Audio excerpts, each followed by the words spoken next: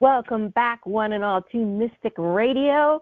I am your host, Spirit Lady Robin Alexis. And remember, Mystic Radio is always an experience, not an explanation. It is up to you to discern if what you hear rings true to you or not. We are not telling you what to think. We just are encouraging you to know, trust, and act upon your own knowing. So, what's going on with Mystic Radio? We had ended it after 19 years, and then I met Ken Sylvester. And this is how it happened. I wrote an Amazon best-selling book called A Conversation with Extraterrestrials, and I wanted to learn more about other authors who wrote about the subject. So I was guided to purchase Amazon best-selling book, We're Not Alone, and Here's the Proof by Ken Sylvester. And I got to tell you, my mind was blown reading this book. And frequently, the extraterrestrials that he was writing about would begin to speak with me telepathically. And I'd already been communicating with the mantis being called called A Conversation with Extraterrestrials. I'm getting all confused here for a moment. Something just jumped into my field, which I told you, this show is an experience. So, it's Maxwell. So on the last show, we were letting Maxwell speak through me. He was talking to our guest, Ellen Kuhl, who is a guest on today's show too. But I want to go back to how, if you're interested in the two books that we're discussing on the show, they're on Amazon, and you go to Ken Sylvester, We're Not Alone, and Here's the Proof, and you can look at his book and see if you're intrigued with that. And then you can also look up A Conversation with Extraterrestrials by Robin Alexis. And again, during the last show, I was channeling Mantis being Maxwell, who is the one I was having a conversation with and wrote the book that I just talked about. And so he's jumping in. He was on the last show, and he was offering a healing to the guest, Dr. Ellen Kuhl, who we'll bring back on in a moment. And one of the things that came up at the end of the show was discernment. And Maxwell had offered to do a healing to Dr. Kuhl, and she had said she was not comfortable with that if she was going to have a healing like that, she trusted me because she had listened to Mystic Radio for about 15 years, and she knows my type of skill set. So I'll bring Ellen on in a moment, and we'll wrap up the conversation with Maxwell, and then we're going to bring on Ken Sylvester to talk about a chapter called Zimbabwe in his book. So we're going to go to Ellen first. So welcome, Dr. Ellen Kuhl, for coming back on the show. Oh, thank you for having me back. And I'm sorry I got a little rattled. And we were also talking on the last show that it's difficult to, maintain the human consciousness and life stream, and then also communicate with these beings. So Maxwell, again, is thanking you, Ellen, for being willing to talk to him so graciously. And he is encouraging people, if they haven't listened to all of our Mystic Radio with Robin Alexis shows concerning this subject, he's asking for people to go ahead and listen to all the shows, because Maxwell, is saying there's going to be a lot of extraterrestrial contact and communication with people coming soon to this planet, and that people are going to need to know where to feel safe. And you can feel safe coming to the show and speaking with Robin, Ken, and their special guest. So now he is departing. So let's bring on Ken Sylvester. Welcome to the show. Welcome, Robin. Thank you for that. Going back to, as we were ending the last show, I also, you always ask the questions, and I like a chance to just ask you a couple of questions as we're getting to know each other.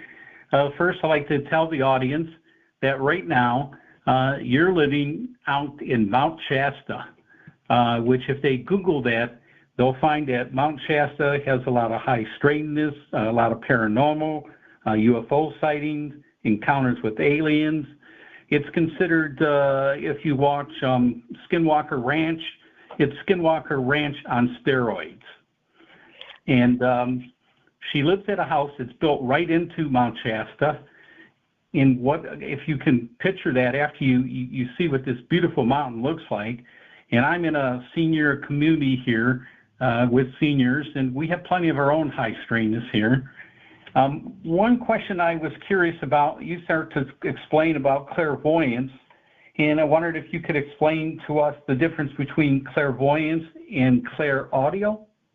Oh, I'm really glad you asked that question. And I do actually want to go back to what you brought up about Mount Shasta. That's actually a whole show we can do on how we even wound up living in Mount Shasta.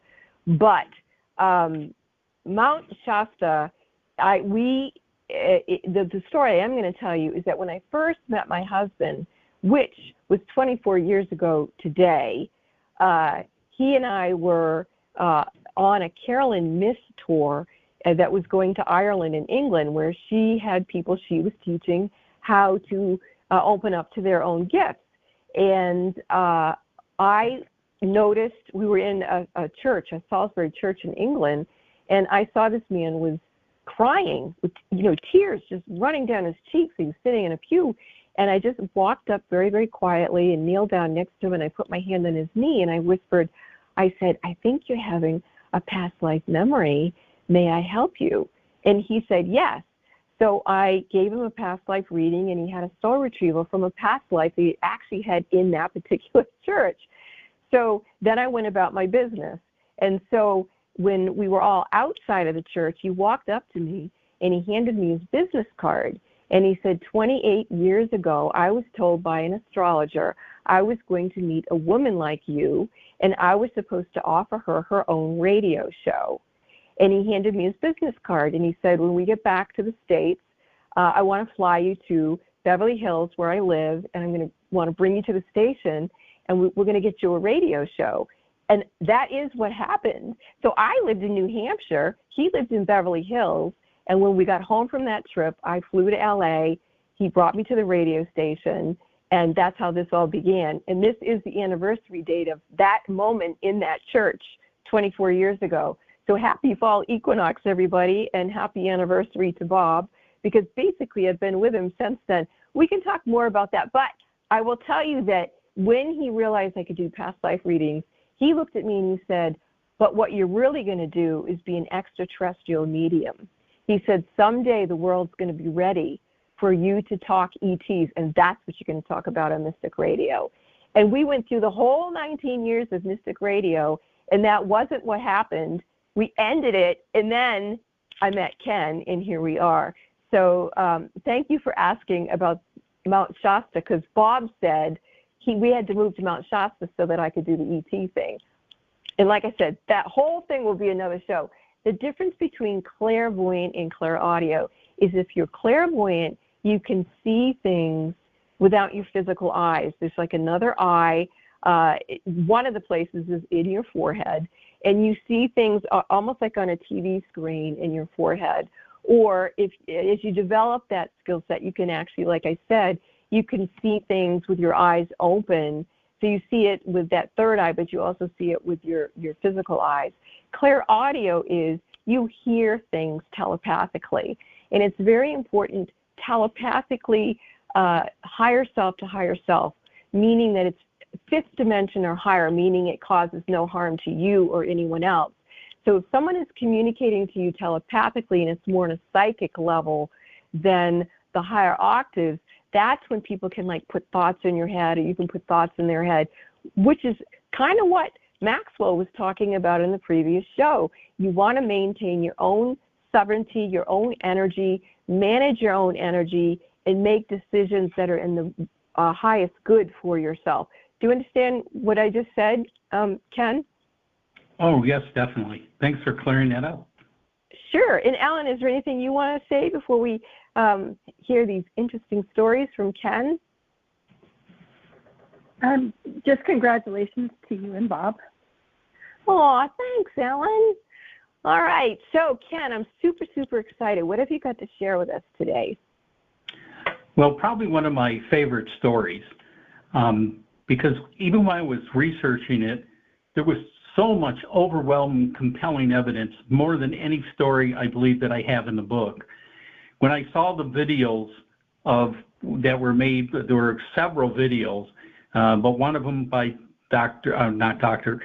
James Fox, who had done a documentary on Zimbabwe. And he shows a live interview with these students. And you can see their little faces and telling their stories. And it just is so compelling, and you can tell that they're telling the truth. And that actually is the conclusion. They were interviewed first by Tim Leach from the BBC, who was a correspondent in Zimbabwe for BBC.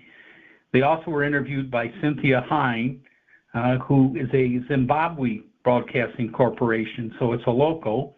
And she also was part of MUFON in doing an investigation. Another witness, which we didn't find out until later in the research, was a guy named Za. Za was only 5 years old at the time this occurred, and he did not get interviewed because they thought he was too young. Well, then 20 years later, which we'll get to shortly, he grew up and became a reporter.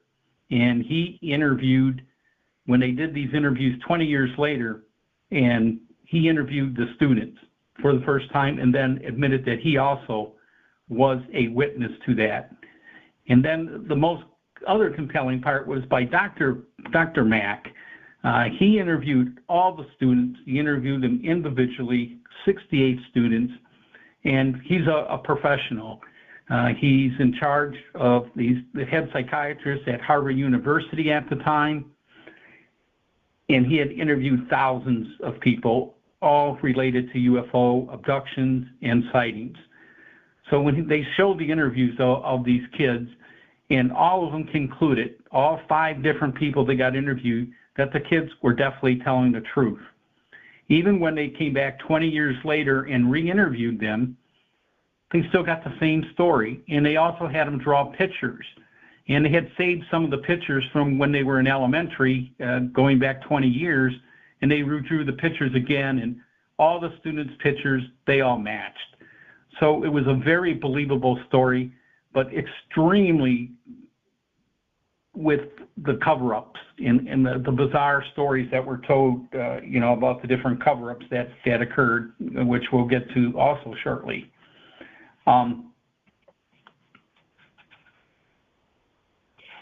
Excuse me a second here.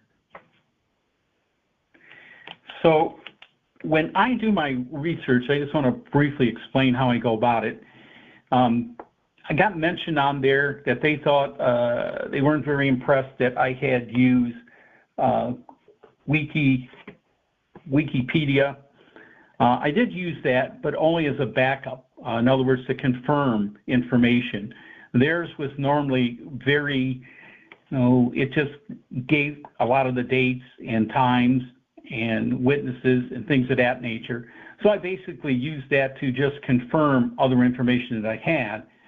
And in this case, there were over 20 videos to watch on Zimbabwe.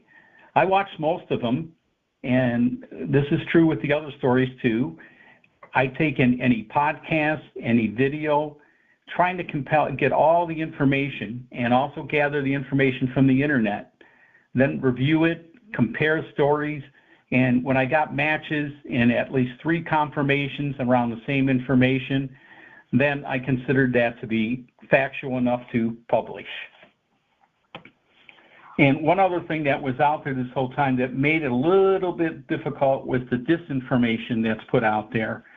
All the internet stories occasionally would throw 1 or 2, kind of like they're trying to make a cover story, but they would do a parallel story, and the information would be slightly different than the original story that I had concluded was the truth.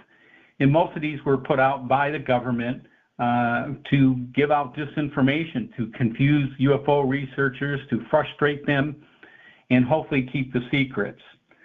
Some of the cover-up stories that were used for this, and most of them all start with a kernel of truth. But then they were suggesting that all the kids had done, it was just mass hysteria. Another one said this was caused because there was a traveling puppet show, which was really silly.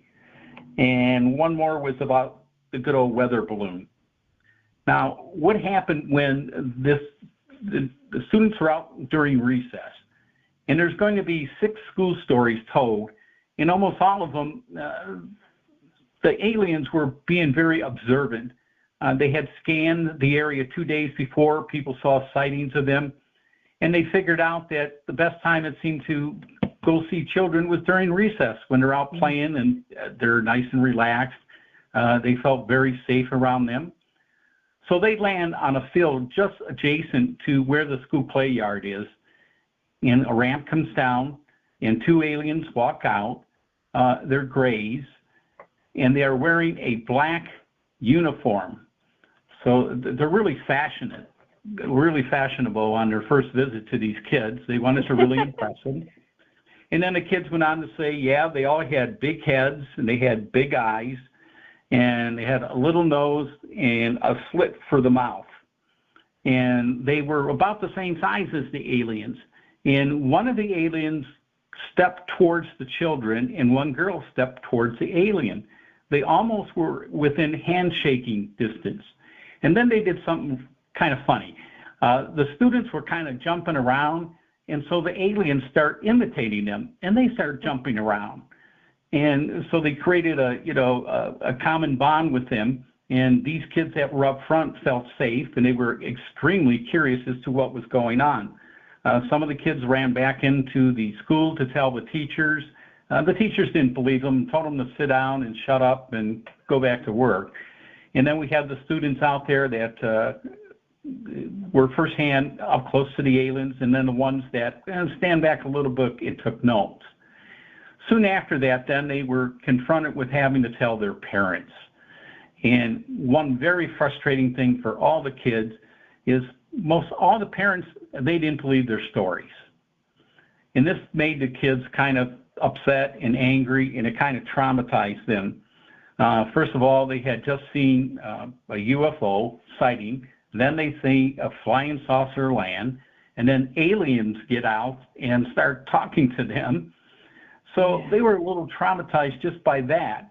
But then they now had to deal with the parents and them not believing them.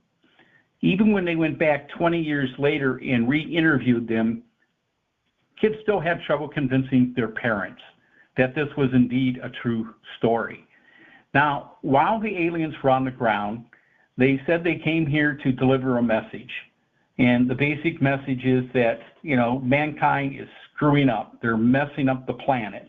And that they were hoping that the kids, I think, in teaching them at this young age, that hopefully they might grow up one day and be able to contribute and help and correct some of these things. So telepathically, they start receiving messages. And they were like, they showed it when they showed the video, they showed like they were seeing, like you mentioned, actually seeing a picture in their minds. And the first picture they showed them was a black smoke that was bellowing out of these smokestacks. It reminded me of an area in Pennsylvania where there's nothing but factories all over in an entire circle, and you see all this smoke going up. And that was the message about how we're polluting the planet. The next one, they saw a scene where a city had just been bombed by nukes, and that how we are so careless with our nukes, and we have so many of them. There's over 15,000 nuclear weapons still in the world, and that this was also a danger. Then they showed pollution, and that was shown with, they showed a running stream with, beer cans and pop cans and McDonald's wrappers, in the streams. And so that was based on the water pollution. And the last one, and this one was also kind of funny, was about the tech pollution of the teenagers. Now, for a while, I had custody of my granddaughter. I was 67 at the time, and she lived with me from 14 to 16. And she would come home from school, and I could go in her room at any time, and she was always on her phone. Or she had her headphones on and was playing a video game. And they said also how that has gotten a bit out of control, that the teenagers and young adults were spending too much time on technical issues, not technical issues, on, videos and games. And it's basically kind of like tech pollution. This is stirring me deeply. I know you, Ken, too, had an experience as a child, and yours was traumatizing also. And so I would imagine that other people who are listening to the show who had an experience like this and then tried to, get support and be able to live with what we just had. It's interesting, Maxwell in the other show was talking about trauma and how it affects our ability to be sovereign and have communication with extraterrestrials. So the fluidity of this show is fascinating to me. Ken, is there anything else you want to say? If there is, please do. And then I want to go to Ellen and see, with her doctorate degree, what she wants to say about this. Well, there is a bit more to cover on Zimbabwe, and also want to ask you about your experience that you had when you were 6 years old. And maybe on our next show that we can go to that and you can describe to them what happened with your incident at 6 years old. Yeah. Right now, I give it back to you to speak with Ellen. Okay. So, Ellen, you've read the chapter. You're hearing what Ken is saying, and you're a doctor trained in consciousness with kids. What do you think about this whole thing? I think that the kids are quite comfortable with other species beings from all over the cosmic world, and the experience in Zimbabwe of fear was just because it's unknown, and again, I think it's just conditioning. But I think they were probably, from reading the chapter, sounds to me like they were open and receptive and welcoming, the ones that stayed, and curious. And it's usually the adults and the grown-ups that bring in the fear of the unknown. And didn't you find it interesting that they did go to children that were under the age 8, which I believe you said that. So could you tell the audience why that is also significant? Because prior to age 8, the scientists or the science shows that cognition in human brain development is still not able to do many of the skills that come with that type of intellectual thinking. And so prior to that, the children are really curious, open, energetic, non-judgmental. And so they chose children that age group because they knew that they would be accepting. And they did. And they got the message. And then the adults messed it all up. Yes. That's what that sounds like. About right. So Ken, you said you had more things to say about Zimbabwe. Yes, but I think we're nearing the end of our time. Okay. Then we'll save a bit more Zimbabwe information from Ken in the next show, and we can talk about probably my earliest experience when I was 6, which actually isn't in the book, A Conversation with Extraterrestrials. That happened when I was 11. The one that happened when I was 6, which I have to say, Ken, was the same dates. When I was abducted by the Greys, it was sometime between September 19th and September 20th. And when I read the chapter, those are the same kind of dates that the Zimbabwe kids around it wasn't the same year, but it was around fall equinox. So I found that very, very interesting. And then also that when Cindy, Cindy was when I was 11, but when I was 6 years old, I was the only one that even remembered the incident, and it wasn't until I was 10 that my mom brought out a magazine that on the front cover, it had a picture of Betty and Barney Hill, who were talking about they had been abducted on those same dates. And prior to that, my mother was furious at me and was always telling me, shut up, don't talk about that, you have too big of an imagination, there's something wrong with you. And then she saw that magazine, and she bought it, and she read the article, and she was like, oh my God. And the other thing that I want to say before we end this particular show, Ken, is that my parents and myself, we were also hypnotized and interviewed by Dr. John Mack because of the different abduction experiences I had as a child. And my parents didn't know what to do with me. And then finally they believed me. And we were contacted because that's a whole other story of how he got a hold of us. But we did go to Boston and we were interviewed and hypnotized by him. So there's another thread in this very, very interesting story. So we are going to wrap it up for this particular show. I want to thank you, Ellen, for coming on 2 shows. Thank you so very much. You're welcome to come back anytime, so just let us know. Is there anything you'd like to say before we do wrap up the show? It's just so wonderful to have you back. I missed your show, so thank you for coming back with us. Well, and thank you for coming on. And Ken, is there anything else you'd like to say before we wrap up this particular one? Oh, I thank you for having another guest on that we can all compare notes together and share this with our audience. All right. Well, again, if you want to look at what books we're talking about, you go to Amazon and you search Ken Sylvester, We're Not Alone, and Here's the Proof. And my book is called A Conversation with Extraterrestrials by Robin Alexis. And I do have 3 other books. One of them is called Spirit Lady, The Gift of Robin Song. That is where I talk about the experience that our next show will be, where I was abducted by Greys or Evens. I'm not sure what they were, but it was the same night that Betty and Barney Hill, which is a very famous story, they were abducted in New Hampshire as well. So thank you. Everyone who's been listening to the show, I can actually feel the extraterrestrials from Zimbabwe coming in. I can see them clairvoyantly. They do want to speak, so maybe on the next show they can also get their 2 cents in and talk to us again. But for right now, everybody, if you want to be a guest on the show, you can email me at spiritladyrobin@gmail.com.